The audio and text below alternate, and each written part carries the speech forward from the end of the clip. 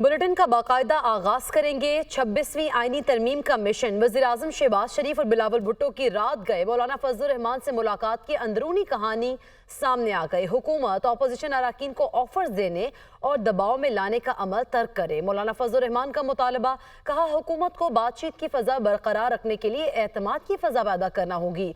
हुकूमत JUI की जानिब से दिए गए मुसवदे को तरजीह दे। क्या आईनी तरमीम पर इत्तफाक़ राय पैदा हो चुका है?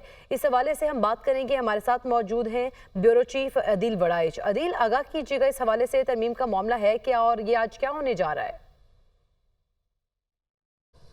देखिए, बड़ा ही क्रिटिकल और क्रूशल टाइम है शुरू हो चुका। हुकूमत के पास वक्त कम है लेकिन मसाइल ज़्यादा हैं। हुकूमत के एक बड़े सपोर्टर मौलाना फजलुर रहमान आईनी तरमीम के मामले पर वो नाराज़ हो चुके हैं गुज़िश्ता चंद घंटों में, और ज़राए ने हमें ये कंफर्म किया है कि मौलाना की जमात में फॉरवर्ड ब्लॉक बन चुका है। 4 से 5 अरकान ऐसे हैं जो आईनी तरमीम के लिए मौलाना की पॉलिसी के ख़िलाफ़ वोट देने के लिए तैयार हो चुके हैं।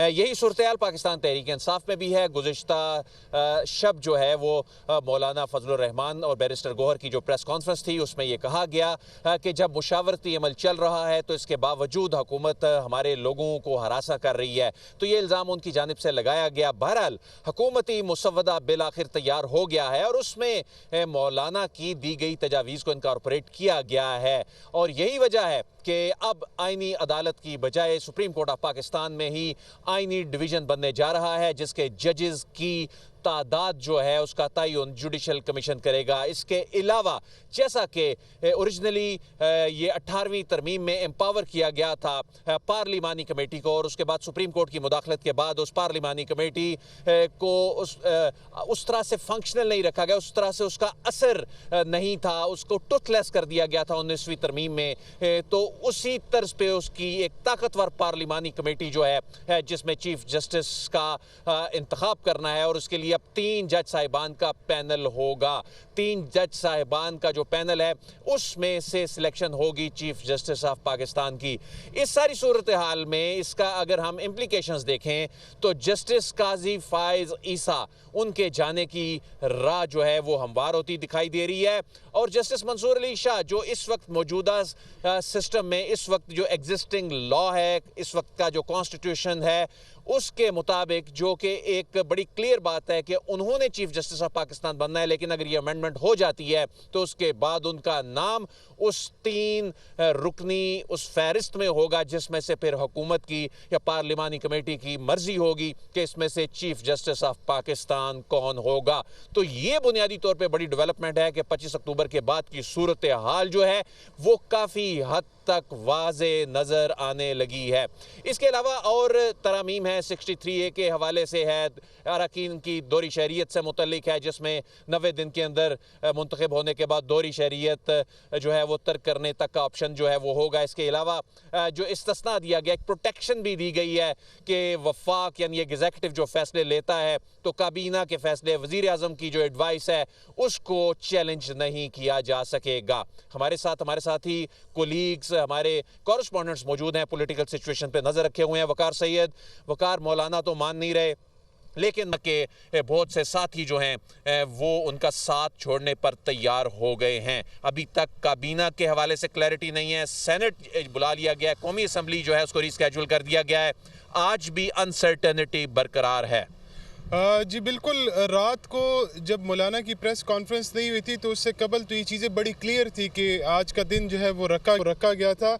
बेसिकली 13 ये जो अमेंडमेंट थी ये 13 अक्टूबर को होनी थी, और जो बुलाने वाले थे उन्होंने कुछ अरकान को 12 को इस्लामाबाद उनको बुलाया जो बाहर थे, कोई अमेरिका में थे, कुछ दीगर ममालिक में थे, उनको जो है वो बुलाया, और 13 को जो ज़राए हैं वो ये बता रहे हैं कि बिलावल भुट्टो ने कहा कि जी आप 13 को ना करें क्योंकि हो सकता है कि वकला तंजीमें एहतजाज करें, SCO है, तो ये 17 की तारीख रखी गई थी। गुज़िश्ता रोज़ भी वो ना हो सकी, आज का दिन का तयन किया गया था कि जैसे मौलाना का हादसा है, जैसे उनके तहफ़्फ़ुज़ात है कि जी उनके बंदे उठाए गए हैं, तो नंबर गेम तो अब कोई मसला नहीं रही। और स्पेशली सेनेट के हवाले से, क्योंकि सेनेट में जो ख़बरें आ रही हैं हुक्मरान इत्तेहाद को 6 वोट जो है वो चाहिए, जिसमें से 2 वोट उन्होंने इन्होंने मैनेज किए। पाकिस्तान तहरीक इंसाफ से 2 वोट जो मैनेज किए हैं वो जमीयत उलमा इस्लाम फे के मैनेज किए हैं, और 2 वोट उन्होंने काउंट किए हैं BNP मैंगल के। BNP मैंगल के 1 वोट ने तो खुला नसीमा एहसान शाह ने कल कह दिया था कि उन्होंने जैसे भी है उन्होंने इसको वोट करना है, लेकिन जो कासिम रोंजो है वो अभी तक सामने नहीं आया। दूसरी बात ये जो वजह है कि सेनेट का मसला सेनेट के नंबर्स का था, और सेनेट का इजलास बुला के पहले शायद मकसद ही ये था कि सबसे पहले सबसे बड़ी मुश्किल जो है उससे निकला जाए और उसके बाद आगे का स्मूथ प्रोसेस हो। देखिए आदिल साहब, इससे पहले जब 16 अक्टूबर को अटेम्प्ट हो रही थी तो उस वक्त भी NA में नंबर गेम पूरी थे, यानी जैसे भी उन्होंने मैनेज किया, फ्लोर क्रॉस करवा रहे थे जैसे भी था, लेकिन जो असल मसला था वो सेनेट का है, और आज इस वक्त हम बात कर रहे हैं तब भी सेनेट का है।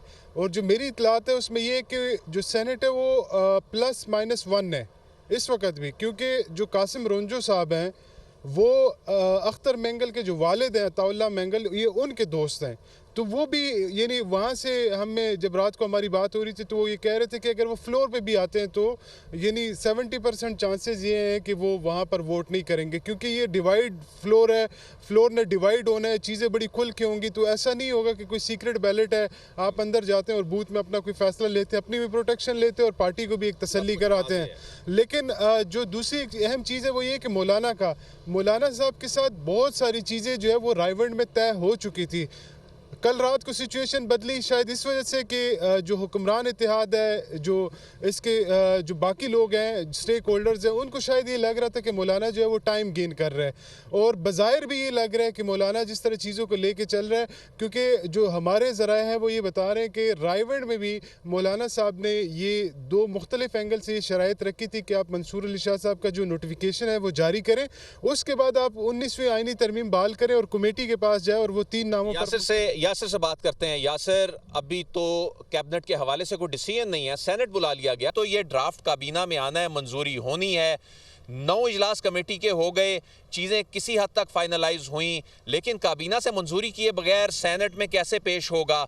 ये गैर यकीनी सूरत हाल, जब तक मौलाना के साथ मामला तय नहीं होते उस वक्त तक काबीना जो है उसके हवाले से नोटिफाई नहीं किया जाएगा। देखिए दिल साहब, बहुत शुक्रिया। एक तो जो काबीना का इजलास है उस पे हुकूमत जो है वो बड़ा तज़ब्ज़ुब का शिकार दिखाई देती है। कुछ लोग कहते हैं काबीना होना है, वज़रा कहते हैं, कुछ वज़रा हैं वो कहते हैं नहीं होना, पीएम ऑफिस कह रहा है नहीं है, स्टैंड बाय पर चीज़ें रखी गई हैं कि आप तैयार रहें। अभी हमें ज़राए ने बताया है कि कहा गया है कि तमाम वज़रा जो हैं वो तैयार रहें, जो पोजीशन है और जो मूवमेंट्स हैं उसको देखते हुए ये फ़ैसला किया जाएगा। देखिए, आपने कहा कि 9 इजलास हो चुके हैं, आज खसूसी कमेटी का 10वां इजलास होने जा रहा है। गुज़िश्ता रात आपने भी देखा जो हुकूमती मुसवदा है वो ब्रेक हुआ और उसमें सारी चीज़ें सामने आ गई, यकजा किया गया है तमाम जमातों का मुसवदा। नहीं आया तो पाकिस्तान तहरीक इंसाफ का अभी तक मुसवदा नहीं आया। यासिर, यहाँ पर जिस तरह मिलिट्री कोर्ट्स वाला मामला है, कुछ दीगर मामला हैं, उन पे चीज़ें अभी जब तक तय नहीं हुई, तो राना सनाउल्लाह ने भी कहा कि वो चीज़ें निकाल दी गई उस मुसवदे में से जिनके ऊपर अभी तक कंसेंसस नहीं है। बाकी तमाम चीज़ें तो मौलाना के साथ यासिर तय हुई थी और उन्हीं की चीज़ों को इनकॉर्पोरेट किया गया है। अब जो एक मिसट्रस्ट है ये कहाँ पे है? देखिए, जो दिल वड़ाइच साहब, मौलाना फजल रहमान की जब नवाज शरीफ से, शहबाज शरीफ से और जो मुलाकात हुई थी, अभी जो मामला बना है वो गुज़िश्ता रात आपने देखा होगा, जो वज़ीर आज़म शहबाज शरीफ गए, chairman people's party Bilawal Bhutto Zardari गए, मौलाना फजल रहमान की बहुत सी तजावीज़ मान ली गई। मैं आपको बताऊँ कि जब chairman people's party Bilawal Bhutto Zardari ने मौलाना फजल रहमान वाले मुसवदे के ऊपर बातचीत की तो हुकूमत की जानिब से कहा गया कि इससे जो मुजवज़ा तसवदा है 24वीं आईनी तरमीम के हवाले से आगाह किया है।